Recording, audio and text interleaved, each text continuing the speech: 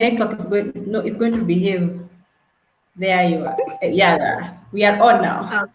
Hey, Evelyn, good evening. Oh, good afternoon. Good afternoon, Carol. Good afternoon. How are you? I'm very okay. I'm very fine. You? I can see that. Yes, you're glowing. You're glowing. Thank you, Carol. So how is Mombasa? Mombasa raha too. Jua inawaka ama kuna baridi? It's just there. Humid. Kiasi is a bit humid, but very comfortable. We aren't complaining. Yeah. Okay. Nice. Yeah. And schools have closed? Not yet. Most of them are closing this week, I think. Yeah, because a few closed this week. Yes, others are closing by Friday. Tomorrow, that is, yeah. Okay. Yeah. So I have some in the house. Good. Okay. Let's have this meeting going on. Thank you very much for agreeing to have this conversation with me. It is not usually easy to get psychologists, counselors coming out to talk to people. And I feel it is our responsibility to tell people on how they can, or that to just share with people on how they can take care of their mental state. Yes. We are trying to fight so much so that the government can see that our work is very important. And so we cannot say that counseling is important and then we don't use this kind of platforms to reach out to people, you know. Exactly, Carol. Yeah, so if for you just to agree to come, to spare the time to come and take us through this session, it's very important. I'm very honored. Thank you, Carol. I'm also grateful for the invitation. Thank you. So to start us on, let's just jump in. Give us introduce us to you. Introduce you to us. Yeah, this is Evelyn Ikandi. Yes, if you want to call me Evelyn, it's okay. Call me Evelyn, Evelyn, whichever you prefer. Yes, Evelyn is many things. She's a multi-talented woman. First one, she's a mother. Very proud of being a mother of 4 girls, 1 boy. Evelyn is an entrepreneur. I do businesses here and there. Evelyn is a singer. This guy here is talented. Sings. I've heard you. I've seen your music.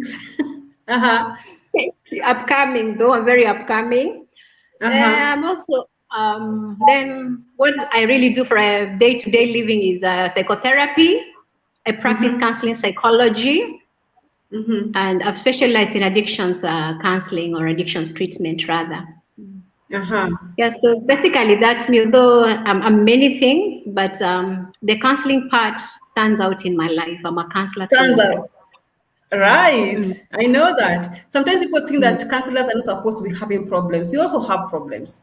And communicating with you like this, it's our way of healing, even us. It's our way of making us relax. Because we go through things that other people go through as well, you know. Yes. You know, Carol, what I say? You know, many people think that we are superhuman, but we are not. It's just like medical doctors. They also get sick. Remember, they also have human bodies. So if you imagine that a doctor doesn't get sick, then I think you're wrong, because they also get sick and get treated. So we counselors have our issues. The only difference is we could be a bit empowered with coping skills. That's why sometimes I really feel for people who go through what we go through and don't have coping skills. It can be disorienting. So we're a bit advantaged, just a bit. Yeah. And that's what we're trying to share with them. Yes. Yeah. Okay, so today's topic, we agree with each other that we have a lot of single parents around. We have fathers who are single parent, we have mothers who are single parent, and in normal circumstances, each and every person wants to be loved. True or false? Yeah. So one relationship may not work, or a spouse might die, and you are there with your children, you are still very young. It doesn't end your life on never being loved again. You want to be loved again. And you meet somebody else who seems to be like giving you what you wanted, and you start a relationship with this person, another child or children come in, the relationship doesn't work. You are left with a set of children from different relationships. So how do we deal with this? It's a very interesting scenario, Carol, because in our African setting, people who tend to have children with different partners are looked as, they're seen as immoral people. Some of them will be labeled and stereotyped as maybe prostitutes, whether male or female, because the ideal situation is where you have children from one partner. And to be honest, nobody wants to have children with different people. But circumstances, things happen, things happen. Yeah, things happen. And sometimes people also make their mistakes. And sometimes it's not even mistakes per se, because when, for example, you're in a relationship and your partner passes away, leaving you with children, that's very circumstantial. You didn't choose it to happen. Yes, you see? Yeah, so sometimes it can also be by choice. Some people have different children from different partners by choice, single by choice, maybe from one partner, things didn't work out. You go to the next partner, and unfortunately things don't work out, or the partner dies or just leaves you. So you're left with this set of children, as we are saying. And Carol, imagine it's not only women who have this children. Even men have these stepchildren from different partners, because I've seen men who or maybe never got married, but at some point had different children with different partners. So then he decides, I need to have my children under one roof. So he decides to gather all his children together and take care of them. Or maybe he's helped by some of his family members, like maybe his mother, So it also happens with men. Or a man is left with, by the wife. And of course, living could either be by death or by separation or divorce. And he has these children that they had tied together. And before this woman came, there could have been other children. Then there's also a very interesting scenario where partners have spouses, a man and a husband get children. Then in the course of this marriage, I've had these cases, very interesting cases. The woman probably gets unfaithful and gets a child in the marriage, imagine. So this, yes, it happens. So this family, maybe, of course, for this time, it's a blended family because now it's a complete family. But maybe things happen and they separate. So this woman goes away with her children from the marriage and, of course, from that other relationship. It happens. That happens. Yes. Yeah. So here you are, a single parent has all these children. Things happen. Maybe how do you explain, I'm reading their questions, how do you explain to your children whose parents do not visit them? Because maybe you have an ex who is paying his or her dues by visiting, providing, and all that. And then you have this other set of children whose their mother or father is not visiting, is not calling, is not supporting you as the unifying parent. How do you deal with all this? Because these other children will be like, yeah, we have our mom, we have our dad, we went out, bought us this, and they come home to you as a single parent, and they're sharing their story and are all excited. But this other set of children who are not visited, not bought for anything, did not bond with the other parent, are looking. They will ask, why can't we also have those? And maybe you cannot even afford it. You can't afford what your ex bought for these children. So how do you handle it? Yeah, that's a very interesting scenario, Carol, and I think it has to do with a certain class of people in our society, because not everybody gets to have that experience where you co-parent, maybe after separation or divorce. Remember, the typical situation is where people have separated and the woman is single. The man never shows up. In most of these homes, the other partner never shows up. But there's this other class where there's separation, there's divorce, and maybe you've been granted custody, and there's co-parenting of sorts. So the ex has access to the children, comes, picks them, takes them out, and provides for all their needs. It's a very interesting setting altogether, because if you have other children who are not being attended to, as this one from the ex, of course, that can also be a ground for some sibling rivalry.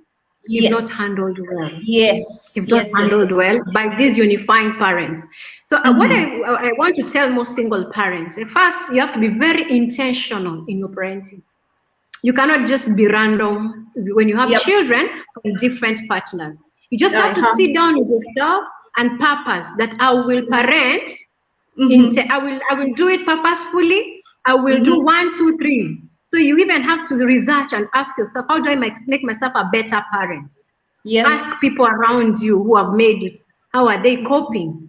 Because especially when there's this partner who comes, picks this child, and the child goes, experiences what they experience. There's another child left here, not experiencing the kind of fun. They have questions going through their mind, like, why don't I have the same opportunities as so and so? And then remember, children are children. When they come back home, they'll tell stories. We went, took a bounce about in person.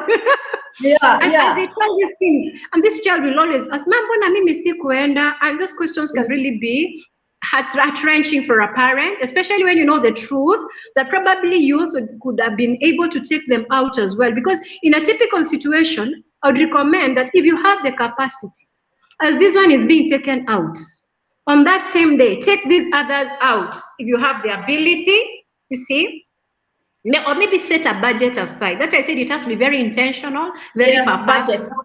Budget. So that there's an equal ground, not equal per se, but at least there's that they're on the same page. So that when they come back in the evening, they also have a story to tell. If you had budgeted for it, it becomes very easy for them to just share. Yes, we also went out to this place, experienced 1, 2, 3. It may not be up to the standards of the other, because sometimes, there's that temptation to compete with the ex. And it can also drain you, because if you don't have that much money to catch up with him or to be at his level, please don't. But you can go to your budget.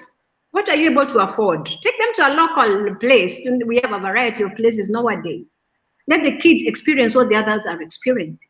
Still, if you are not able to, because there are days you don't have, and explain to these children. It's okay for your sibling to go see their parents. Today we are not going anywhere. We don't have the money to go, and let's appreciate it's his time. He's getting that from his father. Sometimes, let me tell you, children reason. They reason. We tend to imagine that they're just blank brains.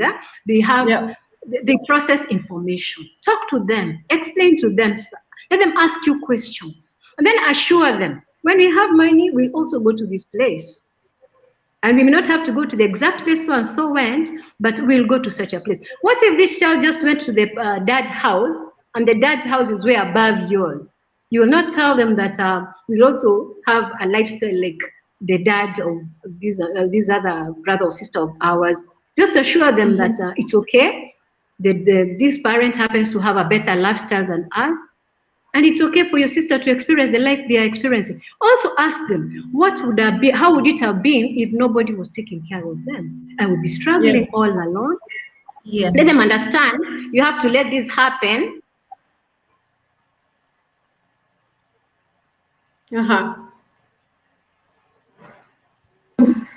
Hello? Sorry for that. No problem. Can you hear me now? Yeah, hello? Clearly. I can hear you clearly. Yes, so just explain to your children. Explain to your children. Let them understand. Let them understand your position right now. And then if it's a stressor also, seek support. Seek psychological support. Yeah. Sorry. Hello? I can hear you. Yes. So let me ask you, because you're saying that when these other children are being taken out, and you're taking also this other set out, what if the children feel like, if the children ask you, why can't we all go out together? They'll miss the part of being with you. These other ones who went, they'll feel like, we also want to have a moment with mom. So how do you balance this? I think if you have good conversations with your children, they'll understand. Unless, there are those little brats who will just want to have their way all the time.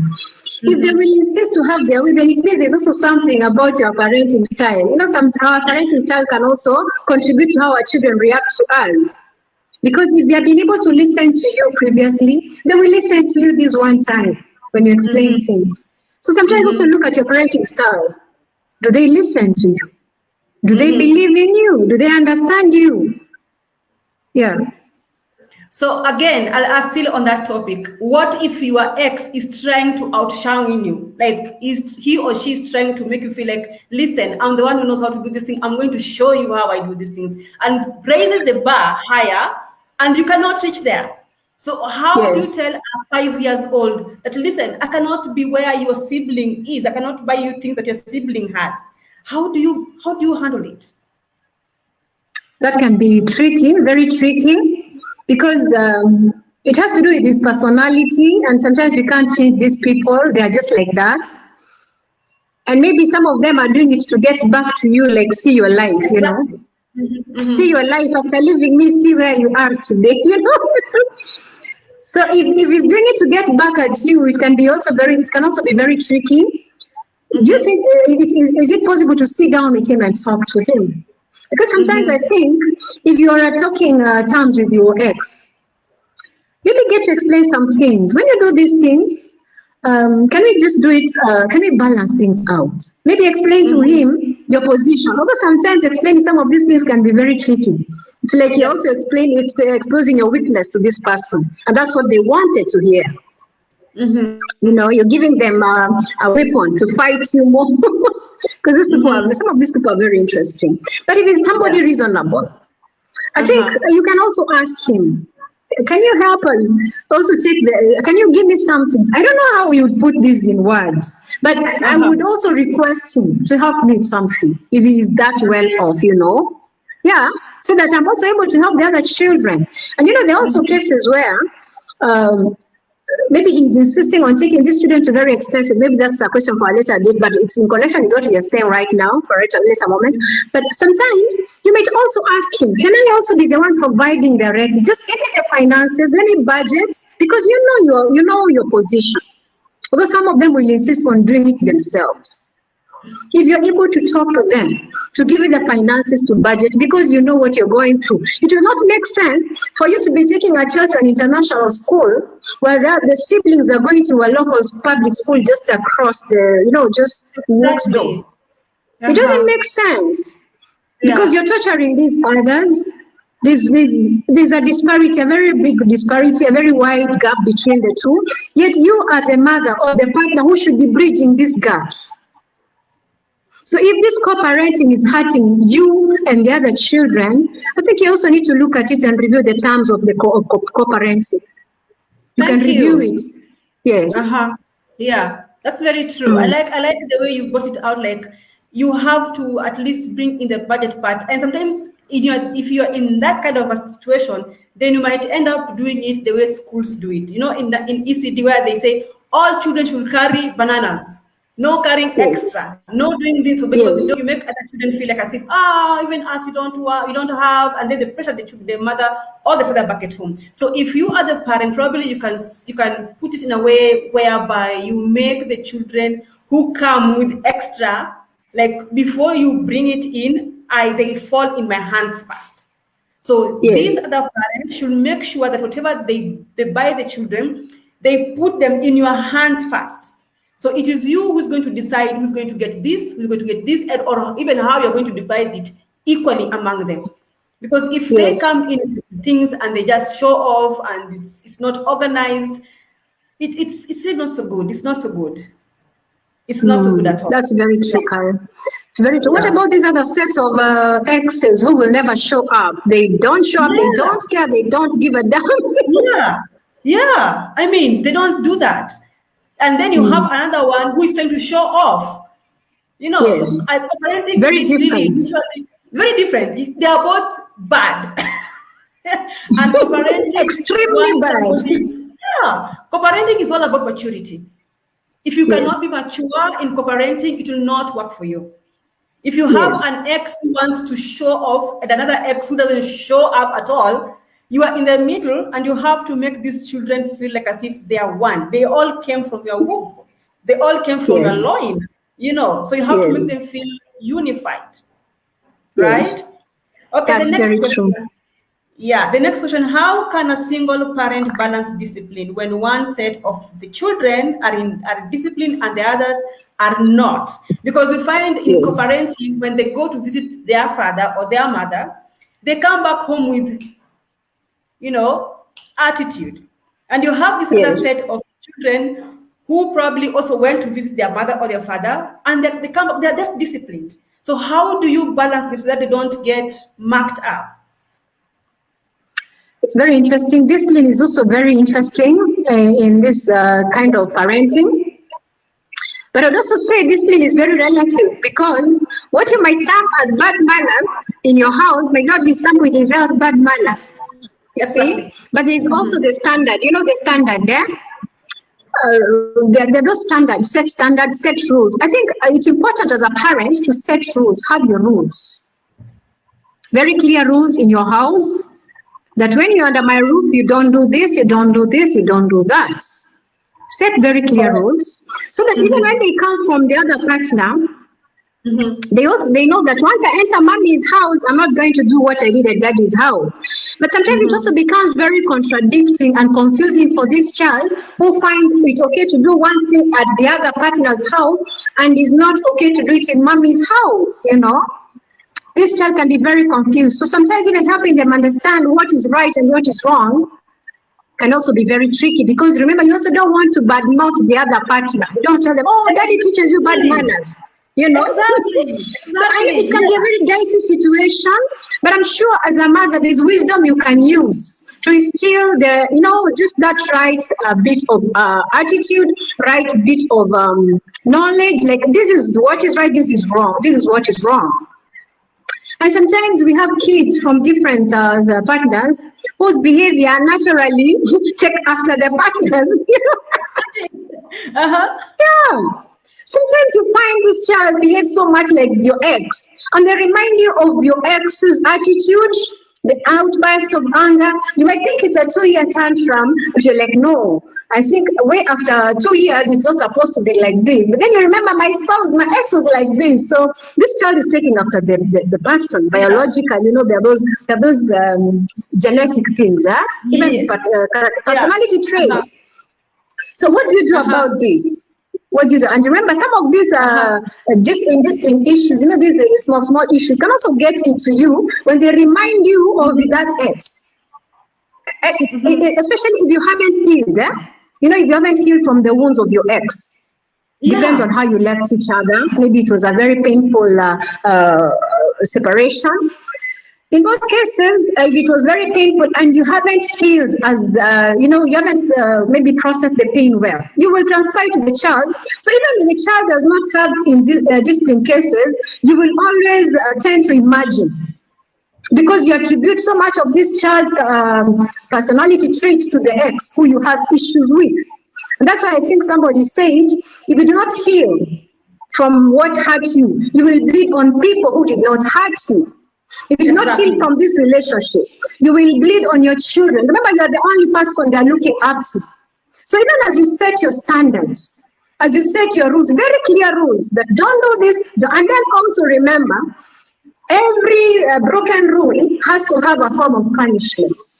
And the punishment doesn't have to be severe, you know. It can be something, you know, just not necessarily spanking, not necessarily beating, could be a denial of some goodies of sorts, you know, so that they know that if I break this rule, there is going to be consequences. You know, some of the rules we make are not very clear. And then if they break them, they go like, mami atafanya. So make sure if you tell them that if you do this, you will forgo this as a punishment. Please make sure it happens. Because if it does not happen, they will always look at you like, So I think that's part of instilling discipline into our children. They know that if they break a rule, they will have their consequences. And let the rules be very clear, very, very clear. Yeah, I like what you say. Number one, what I'm getting from you is, as a parent, accept what happened and do what needs to be done. Be gentle, be honest about your feelings, and give them a platform where they can express themselves as well. And then you've also talked about clear communication and interaction. Discipline your children and be persistent. And stand on your ground, you know, and do not badmouth your ex, because if you want to be respected with your children, you also have to show that respect to the other person, because if you don't show respect, then there's no way they're also going to respect you, right? And then how does the unifying parent handle cases of exes who are abusive or aggressive? They pop in at your place at whatever time they want to, and they howl households. and they disrespect you in front of the children. So the set of the children whose that parent belongs to, they're like, okay, our mom or our dad is still misbehaving. And then you have these other children who probably might start abusing them. Mama yenyu, baba yenyu, and naive. You are the unifying parent here. So how do you handle it? How do you handle that kind of conflict? Exactly. That's very interesting. Carol, it's hot here. It's very hot. Eh? I can see you sweating. It's cold. It's cold. you guys are the ones who are in summer. You are the ones who are in summer. You guys are the ones who are in real summer. It's okay. We are coping though. We are coping well. Yeah. So it's very interesting when we've cut links with our exes, but they will not go away. They seem like these ghosts that's never leaving us. Huh? There are those who will show up physically, there are those who will show up by phone, and they'll keep calling you and maybe calling you all manner of names. Some of them are even daring, they even insult the children, their own blood. Huh? Yeah, I've seen that. Very interesting people. But the worst of all are those who just, like you've said, who just pop up, suddenly come in and misbehave generally. Could call you names, could maybe just throw words around and say, since we parted ways, now I'm a liar. You know, they throw words, very bad words. Yeah, so what do we do? I prefer to keep such people off my life for the sake of my children, if possible. But if not possible, is it also possible to talk to this person and let him understand what he's doing to these children? That his presence is not appreciated if he's in those bad moods. I think sometimes we entertain our exes because sometimes it could be you have a soft spot for them.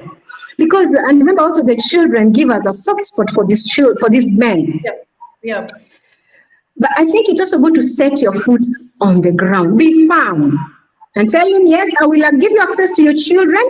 You will see them, but not calling me names in front of them. You will not be violent. You set, I think it's important to have like a contract. I will allow you, but under these conditions. You're not allowed to call me names. You're not allowed to hit me. You're not allowed to say anything. You're not supposed to be aggressive verbally or physically. And remember, there are consequences. You can also agree with him. You do this, I'll call the police. I'll get legal. Because you're intruding into the privacy of these children. You're causing some trauma to these children.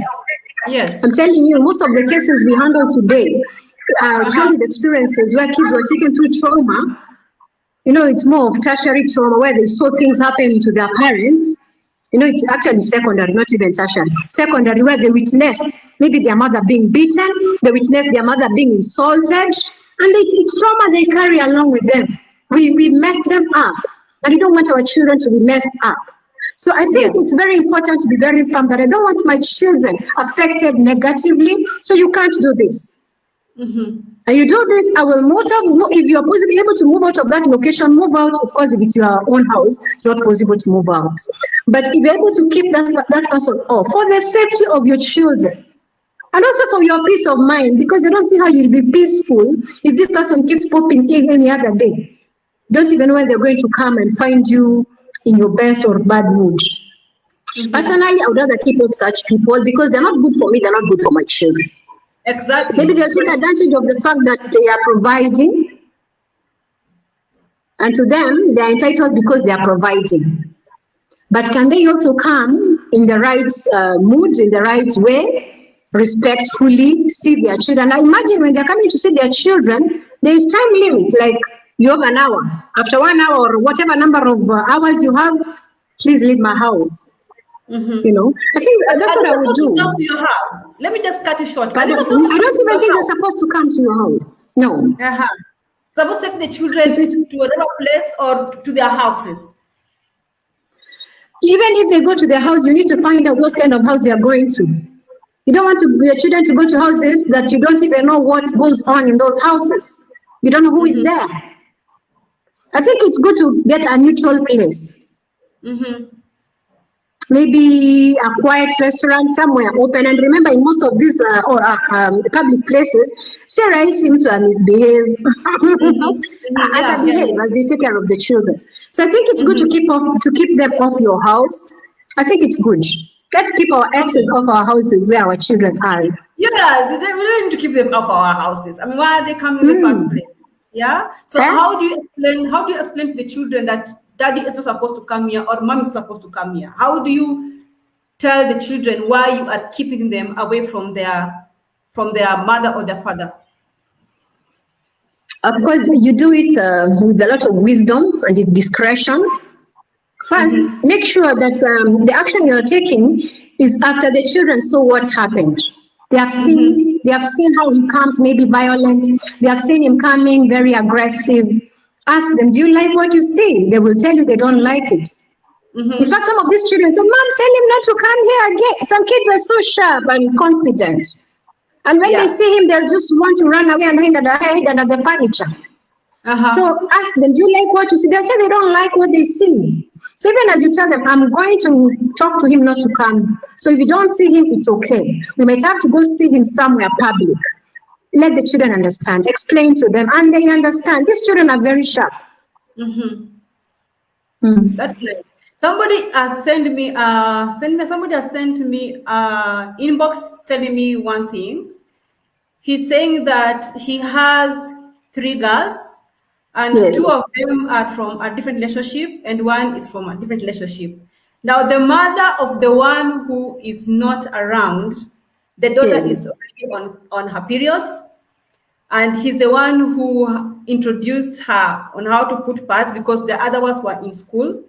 And so during school holidays, these other 2, they keep telling this other one, younger one, tell your mother to also buy for you your own pads because you're tired of sharing these pads with you. So how can this man handle the situation? Wow, very interesting. So this girl, the mother is not around. Both of the mothers are not around. It's a single father who has 3 children. Yeah, so both mothers are not around. But there's one who provides for the children, for the girls, the panties, the pads, everything. But this other, the last one, the mother does not even show up at all. So how does he handle this? So I wonder if the man is in a position to provide himself. Is he capable of providing? Because he can take it up and provide and buy for these girls. And it's very okay for a man to buy his daughter pads. It's very okay. Yes. If he's capable of doing it himself, let him do it. Let him do it. I think it comes in between. This is my thinking, and I hope he's listening. I think this came in when the guys were just having a conversation. Maybe the guy thought that say akona sister zako tampatia tu, or they sort her out. Maybe it didn't happen. So that's the reason why this girl came up and told the dad, listen, this is what's happening. How can I, you just have to do something about it. You understand? Yeah. So another question that I want to ask you is that when you have these children, all of them, and you go to your village, there's a function in the village, and maybe some of them did not even know their parents. And your sibling or your cousin or a relative would tell these kids, by the way, this is the way things are. These are your daddy is like so and so and so, or your mom is so and so and so, and they didn't know about this. So they get this information from somebody else. Then they come and ask you, is it wise for a parent to tell their children that this is not your mother, this is not your father, or your father is so and so, or your mother is so and so? Is it okay to come from you or from somebody else? Yes, Carol, I always recommend that if you have children from different partners, let them know their true identity from you, the parents. Not from outsiders, not from relatives. Because like I once said, if you let people tell your children facts that you should be telling them, they will distort the truth. Some of them will poison them and use the information against you. So I think it's always good to have the courage to share with your children. And don't imagine they are young. Don't imagine they are young. They understand these things. Because when they are playing out there, they'll be told things by they're even there. Some parents are very mean. They'll tell their children, so and so who you play with, see brother, ya ule brother ke, baba zao ni tofauti. Some parents are very funny. I wouldn't do that to my neighbor's child. But somebody will do that very confidently. So you see, it's better for you to tell them yourself. Explain to them, this is what happened. Okay, you don't have to give them all the details. Just explain to them that this is what happened. Your dad and I separated because of ABCD. You don't have to give them the finer details as they are young. When they grow up, you can explain when they understand. Summarize it when they are young. Then as they grow, they'll digest some things. But tell them yourself. Tell them where their parents are. And let them know if you have any fears. You know, there are times you might have fears that I don't want you to be in touch with his family because they might take you away. I don't want you to be in touch with his family because we are not in good terms. You might have, if these children listen to you and follow your rules well, this could be one of the rules. That I don't want you to interact with that family because of 1, 2, 3. Or we have unresolved issues. Until we have resolved them, I might not be comfortable with you reaching out to your dad, to your mom. Then sometimes also ask yourself, why am I denying my children access to their biological parents if he's alive? Could you be having wounds that haven't healed? Because when you're going through so much emotional pain caused by relationships, because they can be so deep, you will always look at these children and want, they remind you of the pain you went through. So when they bring up this issue, you want to block them. Don't talk about it. It means you haven't healed. Every time you don't want to talk about him or her, please seek help. You have unfinished business with that person. A lot of unfinished business. Please finish that business so that you take care of your children objectively. We have children who just poison their children unnecessarily. Baba yenu alikufa. And he's alive, please. Nataka kujua baba yako ni mwizi. Alifungwa jela. And he's not dead. He's not in jail. But you just say it to put them off not to ask you these questions. Just be honest with them. Of course, you may not tell them the details. And then if it hurts you so badly, please share with a loved one. Share it with a friend, someone you trust. And then also get a psychotherapist because they will help you process the pain well. Some of us are talking so well here because we went through psychotherapy and forgave our partners and let them go. And we are at peace with them. So you don't have to deny our children access to them unless it hurts their lives. Yeah. True. Actually, you said that you shouldn't pour this anger on the children. Talk to somebody, talk to an adult. But don't pour the anger on the children when they're listening, And then you mentioned something very crucial, death. Suppose one partner, your ex dies, and this set of children are supposed to go to the matanga, of course. So do you also go, or do you let the children go alone, or do you let the whole family, you and all the children go together? How does it play around? Because these things happen. Well, that's a very tricky one. But I would say if the children know their dad or the partner who has passed away, unfortunately, it's very good if they know that partner, that parents. But in the case where they don't know the parents, can also get very tricky. Remember, we also have in our society today, we have people who wait until the partner dies. That's when they show up. They show up at the burial, they say pia wanataka, and funny enough, they also claim for something during the burial. Very sad. You don't have to claim for things during the burial. Ngoja azikwe kwanza. Anyway, what we're saying here is, if your spouse ngoja azikwe kwanza, it's only fair to, it's respect to the deceased to wait for him to go, and then tokelezea useme nilikuwa na maneno na huyu jamaa. Anyway, what we're talking about here is the death of this partner, probably who is known to the children, and you are also known to the family. I would say if you want to accompany these children or you want to take them for the burial, first find out, are they safe where they're going? Does that other family receive you well? Does that other family acknowledge these children as part of this family? Because we may want to prove a point to these children that, yes, your dad has died, you have a right to go and attend his burial. But are they safe in attending this burial? safe as in psychologically? Will they go for this burial and start being called brats? Like we recently had of one of these celebs who died, and the children of baby mamas were being called chokoras by one of the relatives. You don't want to subject your children to such.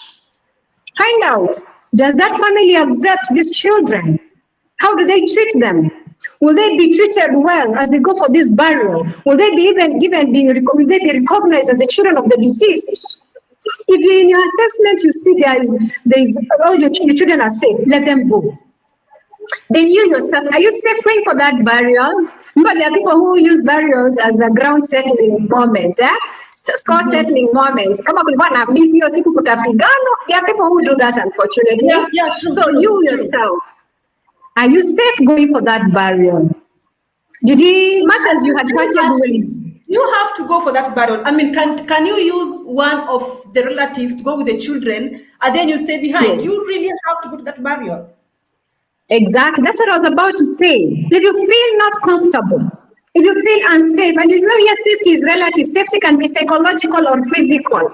If you don't feel safe, if you don't have your peace of mind, let somebody else accompany them. And also after assessing that the children will be safe, don't let your children go to a place where they'll come back so traumatized or even hurt sometimes physically, So kindly, it's okay to find somebody to accompany them.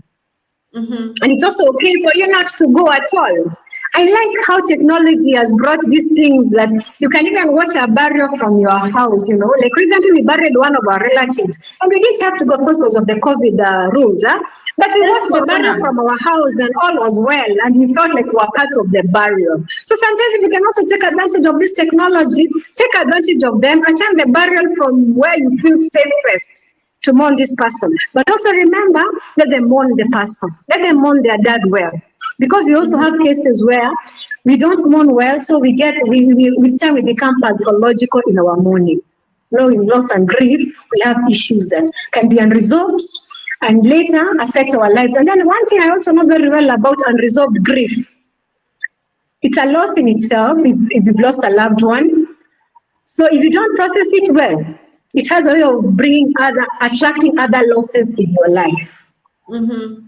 One loss can lead to so many losses. Even you, who has already parted ways with this ex and has not yet grieved well, you could also mourn pathologically after he's gone, because remember, sometimes you might have unfinished business with him. You could have wished that you reconciled when he was alive. That is what you would have wanted to ask from him when he was alive. You'd have wanted him to acknowledge the children when he was alive. So you also have a lot of unresolved issues within you about his death. So it's also good to be genuine and face it categorically. And that's why we still recommend therapy. Please go to a therapist. Let them help you undo this damage. I think we Africans, we are brought up in a way that we have to be strong. You have to be strong in everything. And most of the time, what we usually do as adults, which is very wrong, when somebody loses a spouse or a parent, we don't recognize the children. People will mourn with the adults in that house. Like, oh, have you eaten? You sit down with them, pray with them. And for the children, as long as wamekula, wameoga, wakosawa, fine. Nobody sits down to these children and asks them, how do you feel losing your mom or your dad? How do you feel losing your friend, your grandmother? So this child grows up with that gap because nobody was there to explain anything to this child. And even on separation, if you separate and your ex is not part of the child's life, that's also loss. So this child is wondering, my dad or my mom was there with me sometimes, and all of a sudden, they're not there. So who is there to explain to me what is happening, what is going on? And like you mentioned, at times we have this anger in us and we pour them on the wrong people, and usually the children. So when the child asks you, where is mom, where is dad? So the child goes and cries in a corner, does not know what to do, does not know how to behave. Those many questions are playing in this child's mind, and the way you handle it also. It brings a lot of hatred. The child grows with so much hatred. So it is very important to put this child to understand this is how it happens. I cannot change it, but I am here. We are going to go through this together. You understand? And in terms of death, if you feel your children cannot go, it's not safe for the children to go and see to bury their parents, we have churches. It's so good that we have churches. You can talk to your children earlier, go to the church when the service probably is starting, when the body is already there and people are viewing. Nobody's going to start bringing chaos in church. I don't think there's anybody who can, unless take the children there, let them see their mom or their dad and walk out and go. But tell the children in advance, we are just going there to view the body and then we go. And if only you want to. If only you want to. Yeah. Sometimes it also happens in the situation whereby the children are not put in eulogy. So even if they have the eulogy, they see this man or this woman had these children and your children are not mentioned anywhere. And you already told them this is your dad. So how do you handle all this? How do you handle it? I can imagine a situation where children are not recognized. It's more of rejection. It feels like rejection. And it's very sad, very, very sad. Because that means, especially if you have been telling them that this is your father, blah, blah, blah, and they even know that this is their father. Then on that day when he is being laid to rest, they are rejected outrightly. It's very hurting for them. Yeah. And especially if you as the mother did not see it coming. Yeah. We didn't see it coming. Although I always believe as mothers, we have this instinct. Please follow your heart as a mother. Because there are times when your instincts will tell you that something will go terribly wrong in that function. And then you just insist and go ahead. Sometimes you go, you know, we have that thing, but I think it's good to follow your heart. Please follow your heart. If you feel that your children will not be comfortable there, please don't take them. But if the worst happens and they are rejected, of course rejection can be silent, rejection can be very loud and outright, but you can always tell when there's rejection. Try to be there for your children also. Explain to them that this happens and not everybody will treat you the same. People are different. Unfortunately, they have chosen to treat you badly, but also let the children know that they were not treated right. Because if as a parent you give the children the impression that it's okay for people to treat you wrong, they will never stand up to just fight for what is right. Let the children also understand you were not treated right. You should have been put in the eulogy. You should have been mentioned as the children. But unfortunately, you were not recognized. And the problem is not you. You are not the problem. Let them know that they are not the ones who have been rejected. But it's the person who did not include them who has a problem of not accepting them. Let them understand that. Because a child can interpret that in so many ways.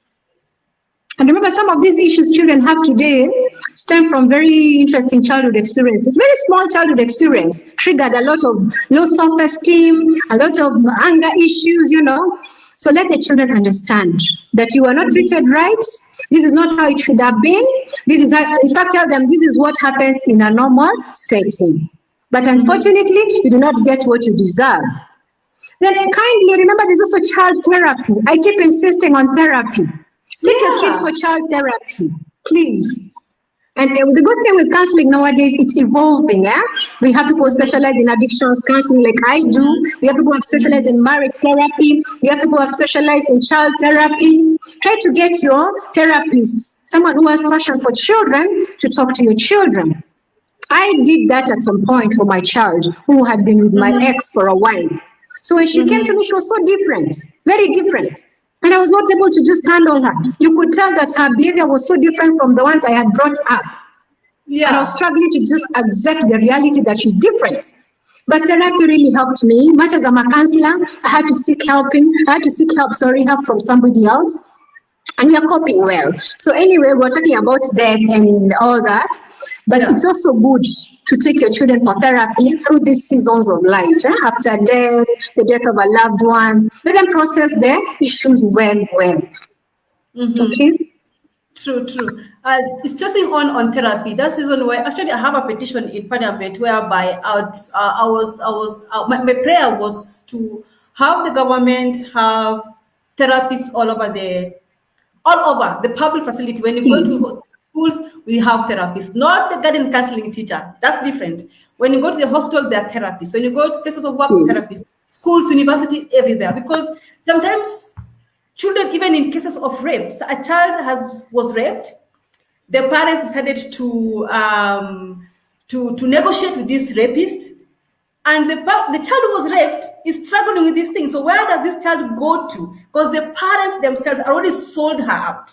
You understand? So if we have therapists everywhere, and that's the reason why we are around, and if the government can employ us all over, then we not have to pay 1,500, 5,000 for session. Maybe one session you want to pay 5K. You'll go once and like, nah. That's why we are getting into order. Yet, that people are suffering. People really need this kind of services. People are dying every day. People are getting separated every day. People are getting demoralized, and self-esteem is taken away every single day. So where do they go to? And this number of single parents is growing by day. Each and every day, it's growing. You wake up, somebody else is single. Yeah, somebody else is single, and it's not. Most of them, it's not by wish. It just happens. So how do we get out of a relationship before another baby comes in? Yes, Carol, it's very interesting. It's a bit tricky. Of course, we say that prevention is better than cure, and we are always better off safer than sorry. Yes, it's very possible for our girls and our women out there to take precaution so that babies don't come unplanned. Babies don't come, so nowadays we don't say unwanted babies, we say unplanned babies. We don't plan for them. Yeah, and if they come, let them come when you're so ready for them. Remember, there are also times you could be so ready for babies, but things turn upside down and you're not able to help your baby. So some of these things are not cast on stone, but you only have to have babies when you're ready. But it's also good to be very sure of the relationship you're in before getting this baby. Like I've said, always follow your heart. That kind of intuition, that thing that tells you there's something not right about this relationship. Please follow it. Please follow it. And then most of us women ignore the telltale signs. Yes. We can already feel that this guy is a violent guy. We can already feel that this guy is a womanizer. Like after me, will leave me to look for the next woman. We can always feel it, but we don't follow our heart. We don't follow our intuition very well, and we also don't look at the telltale signs, because there's always that red light. There's always that red light. Follow it very well. But altogether, if you happen to have the child, you're single, please be strong for them. Be there for your children. Because if you're not there for them, who will be there for them in this very cruel society? But also, Carol, let me say this. We have women, yes, who have, I don't know if it's personality disorders, but or maybe like we call them in psychology fixations. Yeah, fixation. We have women who move from one relationship to another. Fixation. And yes, fixation. Yeah. According to Sigmund, Sigmund said it very well. They're sampling something from one to another. And if these women don't come to a point of self-awareness, to a point of realizing, hey, I have a problem. I'm like this thing rolling downhill, and if I don't stop, I will just end up breaking down. If they don't come to the realization that they need help, they're going to experience problems. So what I'm saying is that if you feel you have a problem, that you're from one relationship to another, you don't even take a break to heal. It's like you're addicted to relationships. And then you commit so easily. Once you are in it, you're already there, and the baby is boom. No commitment, no break to just evaluate where their previous relationship is. Maybe you have a fixation. And again, talking of fixations as we wind up, Carol, let's say this, as a single parent, ensure that your parenting style helps your child. For example, we are told that the developmental stages children need, for example, according to we know that Sigmund theory, where we're told that at the phallic stage, from 3 to 6 years, the boy child needs the mother, the girl child needs the father. Some of these theoretical things are very true. They're theories, but they apply. Because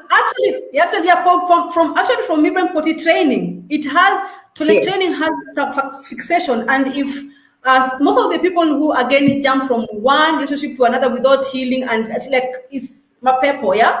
You follow them clearly. There was a gap. There was a father figure was not there, or there was a mother figure who was not there. So they're trying to find this mother or this father somewhere.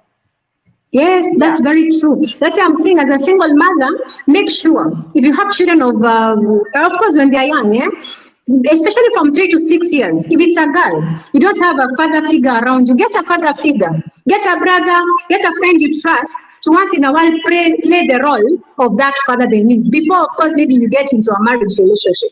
Some of us may not even want to get married again after the first marriage or relationship failed. So if you don't intend to enter into another serious relationship, make sure your child has a father figure. Of course, somebody will not exploit the child. Maybe a brother, maybe a friend. If it's a boy, let there be a mother figure around. You know, there are single fathers who have boys, and they're like, maybe staki mama karibu na mtoto wangu. Yet they need this mother figure to unleash like we are told by Sigmund, the sex energy within them, so that they don't get fixations. So some of these issues we are seeing of single parents today are fixations manifesting where people are moving from one relationship to another non-stop, no commitment, but babies just keep coming, and we don't even review, we don't even assess, we don't even think back and ask, where did I go wrong? What do I need to correct? You find yourself in such a case, in such a situation where you move from one relationship to another, non-stop, no break, no evaluation, no assessments. You could be having a fixation that needs to be sorted. See a therapist. Some of us are where we are better, of course, not where we used to be because we got self-aware. Yes. When we realized we had a fixation, we dealt with it. Because personally, I thought I had a fixation at some point. And I addressed it. I was very self-aware, and nobody could make fun of it because I was very aware of it. And now I think I overcame it. So once you're self-aware, you know your weaknesses, you know your strengths. You're also able to keep things in check. And you also have other people you're accountable to. You're able to ask them, am I doing well here? Am I improving? Am I growing? Am I retrogressing? You know? Yes. And these things are so as a single mother also. Pardon? These things are usually transgenerational. If you don't take care of them, your children speak them, they pick them, it goes on and it goes on, like, in a curse. Yet it is not a curse per se. It is because you did not take care of that fixation. You didn't take care of that gap. Yeah? And it is crucial that we take care of these gaps. As we close in, what are the things that people really need to understand before they get into a relationship? I know it is hard because some people pretend. When you're dating, people can pretend. But at what point, where do you start from? How can you make sure that you've seen this character, it is not a good one, and you want to get out peacefully? Because nowadays we have stalkers. You get out, they follow you, they kill you. So how do you get out of a relationship without being followed up or being trolled and be safe? Thanks, Carol. Thanks. As we wind up, of course, yes. I think the best type of relationships we need today are intentional relationships as well. Much as our parenting is going to be intentional, so even the relationships you get into should also be very intentional. Sit and ask yourself, what kind of man do I want to be with? What kind of woman do I want to be with? What are the qualities? What are the characteristics? What do I want in a man? So that as you are out there, single and mingling, you're also able to check if this person fits your description. So that hata akikukatia, you're like, yeah, he may not be exactly what I want, but he's close to what I want. That way, if a relationship is so intentional, even as we get into it, of course, people are not perfect, but you will not get so much of what you did not anticipate. Because most of what we have today is unmet expectations. People are disappointed. You expected this, you ordered for this, but vitu kwa grounds iko different. Yeah. You don't get what you ordered for, you know. And those disappointments are what is really hurting us in relationships. So people react to the disappointment, to the frustration, you know. So I think once you're in the relationship and realize that you're getting a raw deal and want to walk out, please walk out with dignity. Don't just burst at hand, giving you don't deserve me. You're going to just, you're preparing this person to fight back. Nobody wants rejection. Nobody will just take rejection seated, especially if you are not prepared for it. So can you also have a conversation with this person that, hey, honey, it's not working, it's not working. This is not what I expected. Can things change? Because also remember, it's not all relationships that have to end. You might have to adjust your expectation. You might have to change 1 or 2, 3 things to stay in it. But if it's not possible to stay, please walk out with dignity, peacefully, no threats, no name calling, no demeaning, because it's in the cause of walking out in this, heartless way that people fight back. For example, as we wind up, let's give this example of a girl who wants to leave a man because she doesn't have the money she expected to see. So she tells the guy, I've met a guy who is richer than you, so I'm going to him. You think that guy will just sit and watch you go? He will not. Atakuchinja. Atakuchinja vizuri sana, Or she tells you that amepata sugar daddy fulani hivi, And you're just a young man. Do you think you'll watch her go to this sugar daddy to be married as a second wife or whatever, mpango wa kando? You will fight back. So how you walk out of this relationship also matters. Respect the person you're leaving. Remember, they are also human. Don't hurt their feelings. Please, let's be human enough. If you feel you're done with this person, have a closure. There are also men who are very good at walking out and never coming back. They never tell you they left you. They'll just let you ujijazie uliwachwa. Alafu unaambiwa ukiwachwa uachike. Ukiwachwa uachike. Please, how do I wachika? And there's no closure. Can we just be human enough? Just be human. Tell them, I'm done with you. Move on. So that people are not bitter, people are not left with, those revengeful feelings, because not many people want to be about. Who wants rejection? Nobody wants rejection. Nobody wants rejection. So let's be human in how we live each other. And sometimes we still say seek counseling. Go for therapy when you want to walk out of that relationship. Yeah. Therapy helps a lot. Maybe it's your behavior that was bad, or maybe it's the other person's behavior that was bad. So James Bose is saying, talk about, I know you're supposed to be finishing, talk about if they have a lesser lifestyle. But the counselor lifestyle. He's saying, asking about the counselor lifestyle. Okay. No, that's, I think. Yes, I would say, in fact, okay, so I would ask, is counseling a lifestyle or is it a career? To me, counseling is a career. Is a doctor, is a doctor outside the hospital?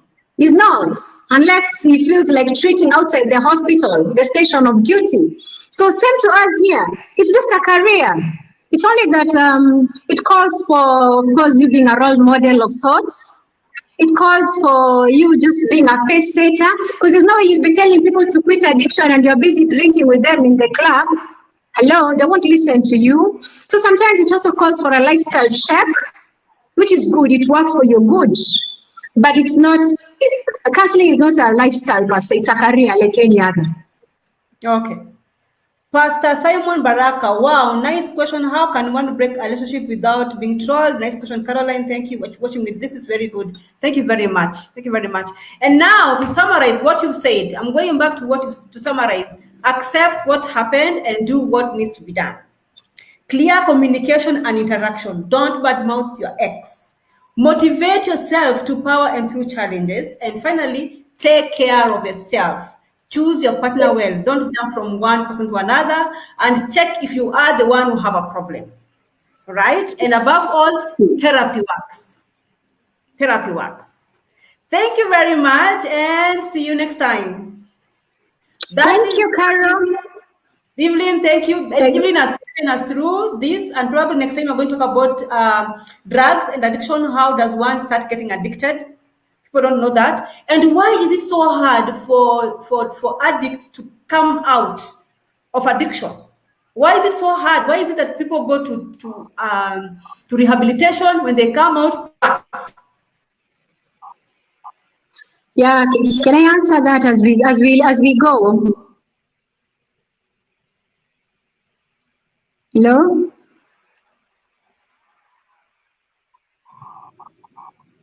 Hello?